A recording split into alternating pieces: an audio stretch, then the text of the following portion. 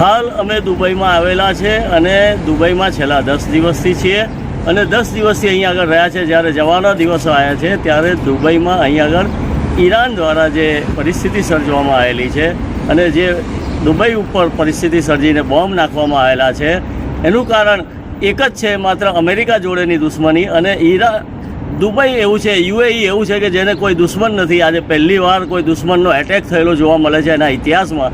એટલે એ લોકો બહુ ભયભીત છે અને અહીંના લોકો બિલકુલ સલામતીવાળા છે અને શાંત છે અને ક્રાઇમ વગરનો એ વિસ્તાર છે.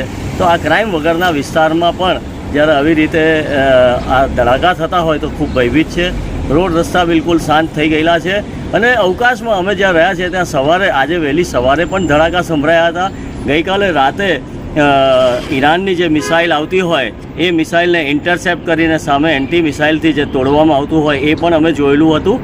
અને હાલ પરિસ્થિતિ એવી છે કે દુબઈના એરપોર્ટ તમામ બંધ થઈ ગયેલા છે, ફ્લાઇટો બધી રદ થઈ ગઈ છે, બધા ઘરમાં ને ઘરમાં જ છે.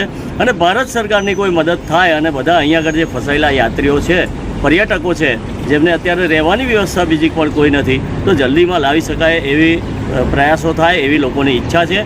અને જલ્દીમાં જલ્દી શાંતિ સર્જાય. અને યુઆઈના લોકોને તો ખાસ એવું છે કે આવું એમને કોઈ દિવસ જોયું નથી, તો આ ખૂબ ભયાનક સ્થિતિ છે અને આવી પરિસ્થિતિ ફરી ના સર્જાય એવી ઈચ્છા રાખે છે.